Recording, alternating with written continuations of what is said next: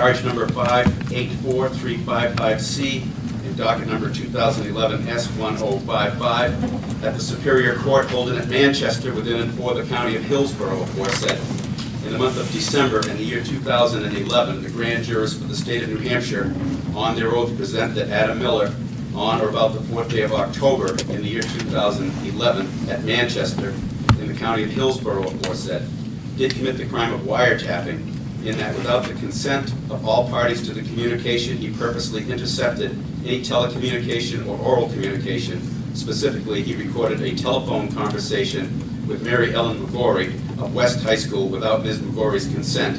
Specifically, he recorded a telephone conversation with Denise Michael of West High School without Ms. Michael's consent. Specifically, he recorded a telephone conversation with Captain Jonathan Hopkins of the Manchester Police Department without Captain Hopkins' consent, contrary to the form of the statute in such case made and provided and against the peace and dignity of the state. What I expect you to hear is that the defendant speaks about accountability, but he doesn't want to be held accountable.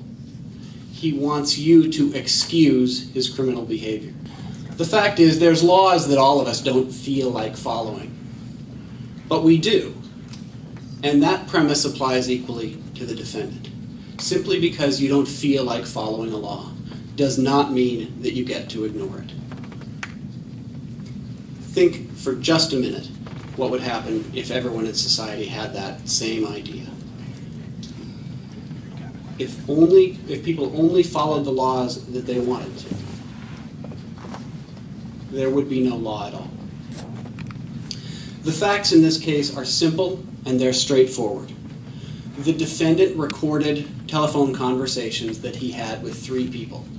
He did it purposely. He put it on the internet for display, and he actually, you'll see the videos, because he videotaped himself making those calls. And you'll hear from the witnesses, it's obvious from the phone calls themselves that you will see and that you will hear, that he did not ask permission to record their phone conversations. They did not ever give permission to have those phone conversations recorded. That's the only evidence that you'll have in this trial. And that's the only evidence you'll need. The defendant, as you have heard, is charged with the crime of wiretapping. The judge will instruct you at the end with the specific elements, but it's really simple and really straightforward, and it goes something like this. First, the defendant intercepted any telecommunication or oral communication. The second element is that the defendant did not have consent from all of the parties to the conversation. And third, that he acted purposely. We all play by the rules. And this trial is about you applying those rules to the defendant. As you heard, my name is Adam Miller, but everyone calls me Ademo, as you'll see in some of the evidence.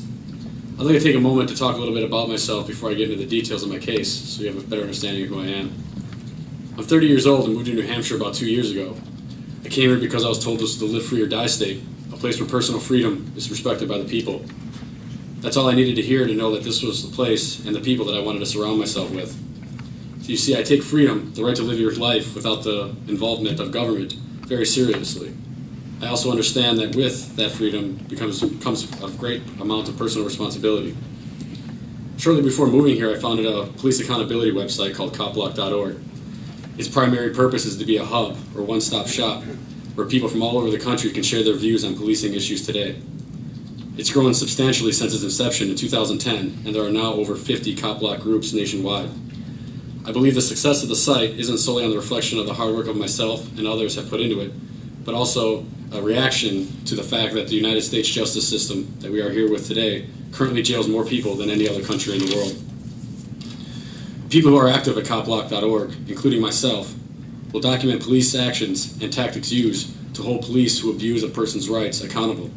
Sometimes, especially in my case, other public officials are documented because they also assist police in covering an officer's wrongdoings. That's why we're here today, because Officer Murphy of the Manchester Police Department put his hands on a high school student, a questionable case of excessive force. Due to Mr. Murphy's use of force, I sought accountability and decided to call those who had a part in those actions. I had to do this because the police, who are normally tasked with such duties, were not treating their own like they would you or I. It is clear by Captain Hopkins' phone conversation with me, which you'll hear, that instead of taking a serious look and investigating the matter, he merely hangs up on me and tries to sweep it under a rug, along with some school officials. Today, I need the jury to tell the state that what I did doesn't warrant a punishment of any kind, let alone the 10.5 to 21 years I face in prison. I ask that after you hear the facts and see the video, you make your decision not by what Mr. Valentine and Judge Brown instruct you, but by what you feel is right. Ask yourselves, who was the victim? Does the punishment fit the crime? Would you do what I did if Frank Harrington was your son? And how can you wiretap someone, which means to intercept another's voice and transmission, who claims to be a public official, working for the public's good and the public's benefit? Because it's my understanding that public officials have no expectation of privacy, and therefore wiretapping laws cannot apply to them. As I stated before, I'm all about personal freedom and responsibility. So if this jury decides that I've harmed someone, then I'm more than happy to make right with those people. I just don't understand how years in a jail cell will correct my actions or make my alleged victims whole. I think this case is more about the Manchester police trying to deter others from attempting to hold their officers accountable by making an example out of me, and I hope you won't let that happen. Thank you for your time. My name is David DuPont, D-U-P-O-N-T. Detective DuPont, what do you do? I'm a police officer with the City of Manchester. Back in October of 2011, what was your assignment? I was in detectives. And do you recall in early October, about October 4th, getting involved in the case involving Adam Miller? Yes. How did you get involved? Lieutenant Capano informed me of the case, asked me to review a video that was posted on copblock.org, and asked me also to interview two of the people, Mary Ellen McGurry and Denise Michael, which were employees of West High. I want to play for you two videos. They've been marked as State's Exhibit 1 for identification.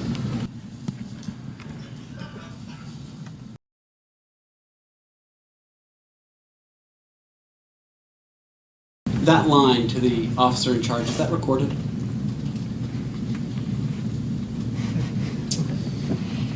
I believe it is.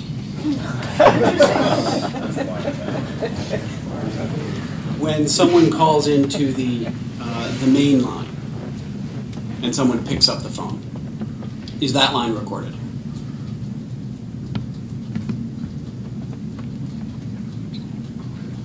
He doesn't know. Yeah, I object, Your Honor, because we're testifying that I called the officer in charge office, not the main line, and it's clear in the video in which option I selected. I'm going to allow it. Looks clear he doesn't know the answer. I believe it is. What else did you do then after reviewing that video as part of your investigation? I then went to West High School and I spoke to Miss McGurry and Denise Michael. Denise Michael was the secretary, Mrs. McGurry was the principal. And what was your purpose in speaking to them? I wanted to see if, I watched the video, but I wanted to see if at any time during the conversation there was anything mentioned that they were being recorded or if they gave permission to be recorded.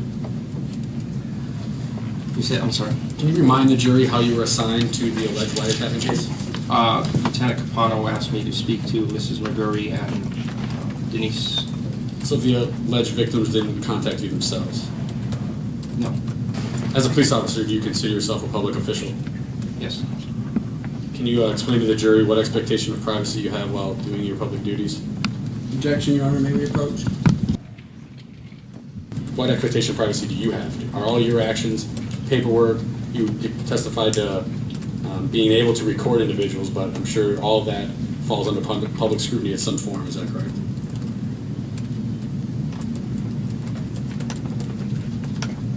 I'm just not following your court. What do you mean by... You have to phrase it a different way.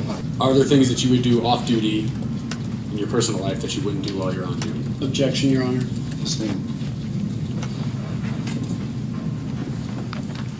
Captain Hopkins, if you would remain standing and raise your right hand. You swear, did Mr. Miller ever identify himself?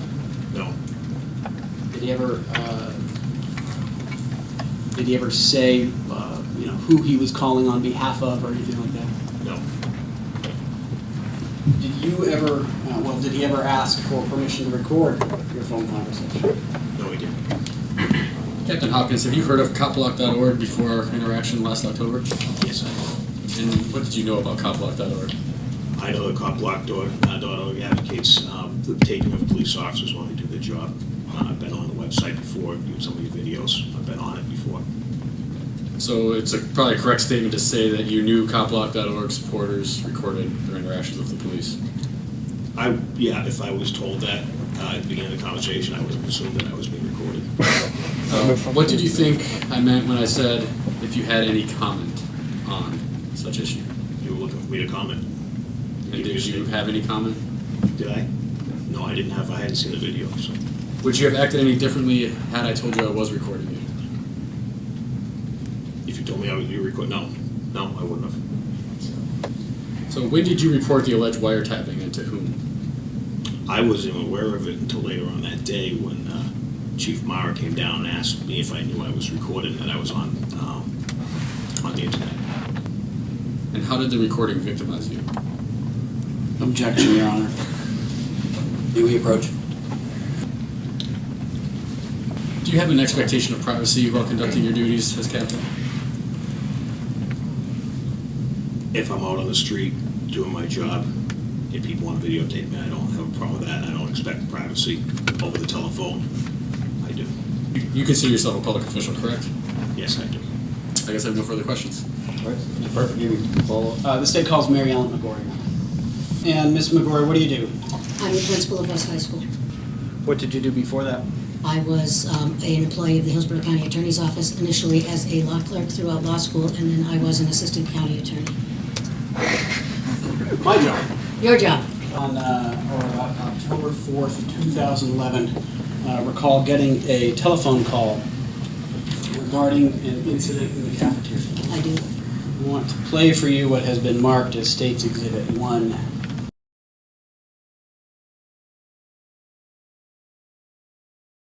The initial woman voice that you hear is my secretary, Denise Michael. Were you ever asked permission to be recorded? No, sir. Were you ever just straight out told you were being recorded? No, sir.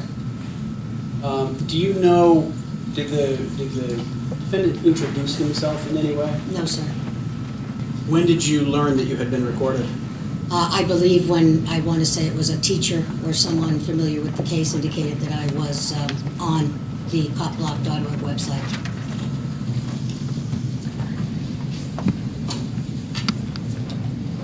You testified that you were aware of copblock.org prior to your knowledge of being on the website. Of your existence, yes. Did you have copblock.org blocked from the school computers? I don't block anything from the school computers. That is done by the district administration office, and they have their own protocols. I would presume that that is probably blocked, yes. That would not be considered an educational website, so I would presume it. To your knowledge, were students suspended or disciplined who wore or brought copblock.org materials to school? Not to the best of my knowledge. I know that after this incident, the person who videotaped the incident wore a T-shirt that said, "I don't talk to cops, I videotape them," and I asked him to take that shirt off, yes. Officer DuPont stated in his report that you had stated, if you knew I was recording, you wouldn't have made any comment. Is that correct? If I knew you were recording me, I probably would have hung up because I generally do not discuss those things over the telephone. I couldn't do it. In the video, though, it seems, and you testified that it was an accurate recording of our interaction. I said I believed it was, sir. Sure. And would you believe that you got on the phone and immediately started the conversation? No. So did you ask if I was recording you? I did not ask. That would not be my duty to ask you, sir. Did you ask? I don't expect that I'm recording when I pick up the telephone. Did you ask that, excuse me, did you ask why I was calling? I get phone calls from concerned people every day that I speak with. So you did not ask why I was calling? No, because my secretary had told me that you were calling about the incident that had occurred in the cab. So you knew I was calling about the incident? That's correct. Would you consider that incident of public information? Would I? Public No. concern? No. So the safety of the students is not of the public's interest? I disagree with you. I believe the safety of the students was taken care of in this incident. And would you consider your position at West High School a public? No, sir. I don't take an oath of office. I am not commissioned. I am a hired employee of the Manchester School District, but I am in no way a public official. I don't meet the statutory requirement that I am a public official. Can you tell the jury who provides your salary? I believe the taxpayers of the city of Manchester. I'm like everybody else in the city. However, that does not make me a public official, sir. That makes me an employee of the city. Can you explain to the jury how my recording you victimize you? Objection, Your Honor. It's the same. Did me recording you cause you any harm? Objection, Your Honor. Did you obtain any loss by me recording you? Objection, Your Honor.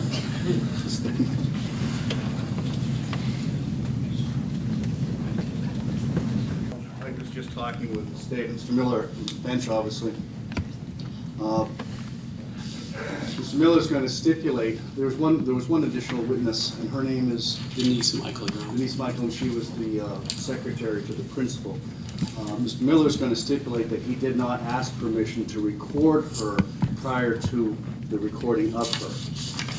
The state is going to stipulate that she is an employee of the school district and paid by the taxpayers of those towns that basically the state is resting based upon those stipulations, and Mr. Miller is resting his defense on those stipulations also. Do you understand where we are? Ladies and gentlemen of the jury, I thank you again for being here today. I haven't used the loophole to get out of this prosecution as I could have. There's many areas of whether or not this was an edited video, where the phone call took place, and other things. Furthermore, I haven't denied the fact that I did not tell these people that I was filming them. I'll say that again. I did not tell them that I was filming them. Furthermore, like I said in my opening statement, I'm more than willing to correct any damage done to my alleged victims. I know Michael would like you to believe that I'm asking you to allow me to break the law, but that's just not true. I'm asking you to decide if this law applies to public officials, or to use jury nullification, which I'll explain shortly. The fact is, I don't feel that these people were victimized by me, and I know I didn't cause them any harm, physical or otherwise. All of these people work for the city of Manchester. They work for the people, you and I, which makes them public officials. Public being the key word here. Public is the opposite of private. I did not call these people on their private phones or at their private homes. I called them at their public jobs during normal business hours while all of them were on the public's dime. I told all of them that I was seeking information about an incident that was clearly of the public interest. We should not have to tell public officials we're recording them, because everything a public official does is public information, plain and simple. And that's why I feel I'm not guilty of these charges. Though, if you're on the fence between guilty and not guilty, I'd like to tell you about jury nullification, and hopefully Judge Brown does as well. Jury nullification is the third option for a juror, and is perfect for this case in my opinion. Jury nullification is where the jury nullifies the charges, because even though they agree the defendant, myself, did what the state claims I did, they believe the law wasn't intended to be enforced under such circumstances. And with that, I leave the decision of guilty, not guilty, or jury nullification to you. Again, thank you for your time. If Mr. Miller's position is true, any conversation with a police officer between a sexual assault victim, anyone giving medical records to the police or sharing them with a public employee, any judge in the courthouse, any participant in this system, their deliberations, their mental thought processes, their work is subject to public disclosure, and he can record it. It's not simply a matter of, I called them and asked for comment. If his position is true, that a public official on the job can be recorded, then he can record anyone's phone conversations. Not just phone calls that he makes to these people. There is no logical difference between those two. Because his position is that a public official doesn't ever have a right and an expectation to privacy. As I said at the beginning, we learned from a very early age that there are rules to follow. And as we get older, we know those and we exist in those as laws. If a red light doesn't matter to me, well, it sure matters to somebody else. But if someone doesn't stand up and say, we all have to follow that red light, then it's meaningless. So I would ask you, ladies and gentlemen, to consider not solely what the defendant wants you to and the distractions he provides, the path he wants you to go down, but to consider what is the value of the law, and should we all follow it, or do we get to make up our own and to make our own decisions about what it means? The defendant is guilty. There's not a question of that. All of the evidence is that he recorded a telephone conversation, that he did it without their consent, and that he did it purposely. Those are the three elements that the judge is going to instruct you on. There's no question that he's guilty, and I would ask that you return guilty verdicts on all three counts. Thank you. So listen carefully, please. Members of the jury, the evidence, the arguments in this case have been completed. I'll now instruct you as to the law that applies in this case. You will then retire to decide a verdict. In order to reach a fair and just verdict, you must understand and follow the law as I explain it to you. For example, you have to understand the definition of the crime within which the defendant is charged. You have to understand how convinced one way or the other you should be before you reach a verdict. You have to understand what to consider in deciding whether to believe a particular witness. These instructions will explain the law as to these and other matters so that you can reach a fair and just verdict. It is your duty as jurors to follow all the instructions I'm about to give you. Regardless of any opinion you may have as to what the law ought to be, the law as I explain it to you is the law you must follow in reaching your verdict. It is up to you to decide the facts in this case. You must decide the facts solely from the evidence in this. Go back and deliberate. I'm going to send in the instructions, the charging documents, and you'll get the exhibit momentarily. Thank you.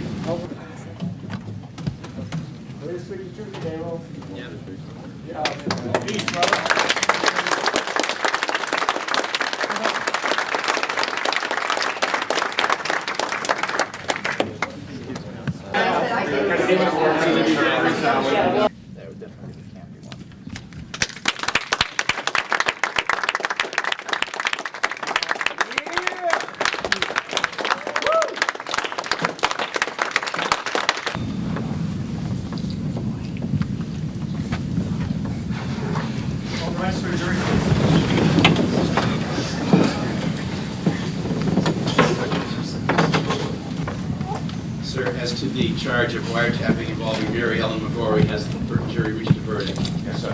And how say, was Mr. Miller guilty or not guilty? Guilty. Say, sir, that Mr. Miller is guilty, so say you all, ladies and gentlemen of the jury. So say you all? Yes.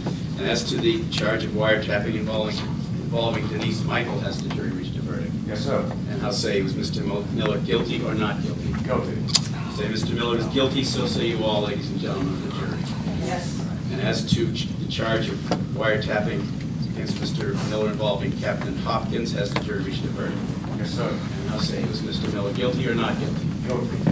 Say Mr. Miller is guilty, so say you all, ladies and gentlemen of the jury. Yes. Thank you. You can be seated. Madam Secretary, thank you very much for your time. I'll excuse you now, and the alternates can join you. I don't know whether we're going to go into sentencing today or not, but I'll be back to talk to you in a minute or two. Okay, thank you for your efforts. All right. All right.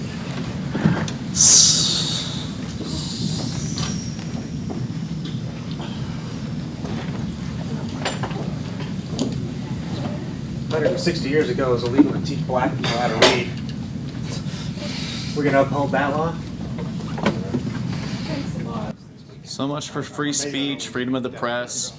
All that stuff's just a big joke, isn't it, guys?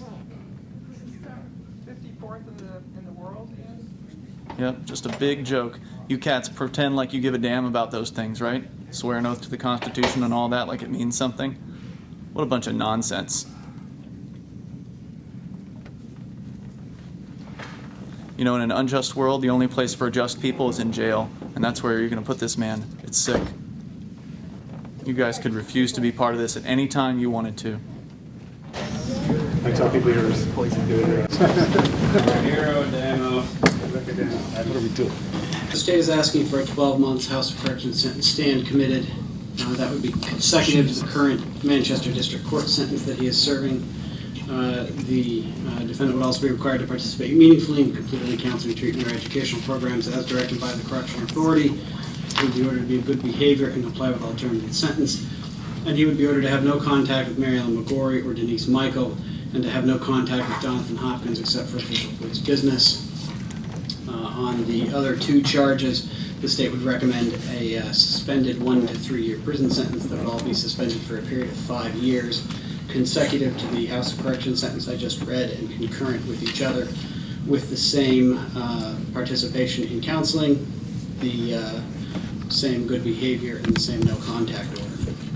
The simple fact, Your Honor, is that the defendant's purpose in committing these crimes and in undertaking the behavior he has is to disrupt government. It's to disrupt public officials. It's to disrupt the court system.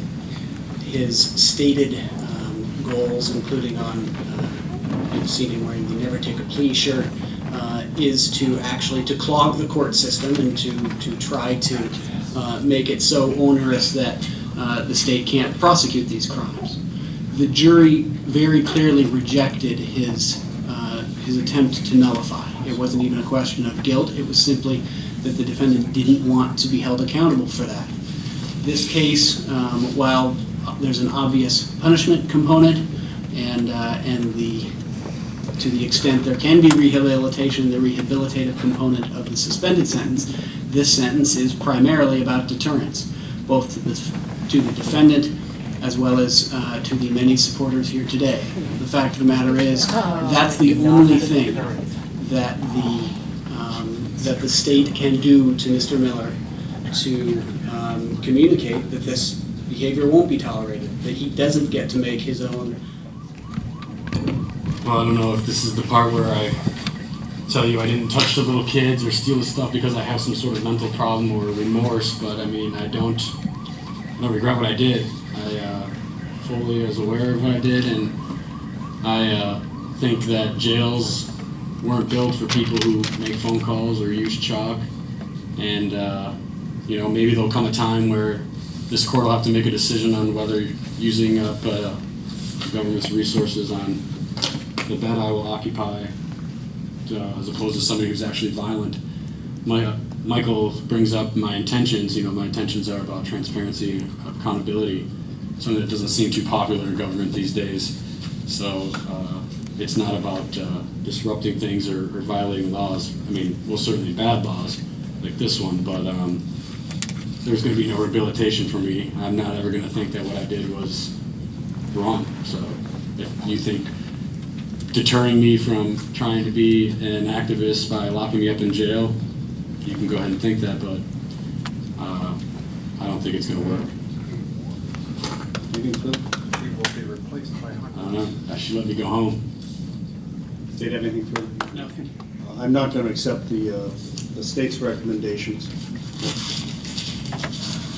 But I am going to sentence you to 12 months of the House of Correction, staying committed all but 90 days suspension. During good behavior and compliance with all the terms and conditions, that suspension can be imposed after a hearing requested by the state within 3 years. The others are suspended as indicated by the suspended. Yes, Are suspended as indicated by the state. So you'll be sentenced to the state's prison for 1 to 3 years, all suspended for 5 years from today's date. Remanded.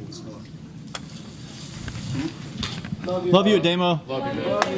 See you soon. I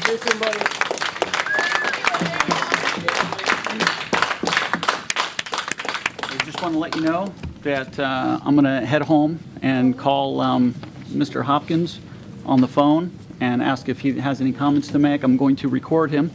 I'll go ahead and send you a copy, and you're probably going to have to prepare a little better for my trial. Do you have any comments to make on that, sir? Would you like to comment on your deterrent factor? Okay, I'm on my way to go wiretap Mr. Hopkins right now.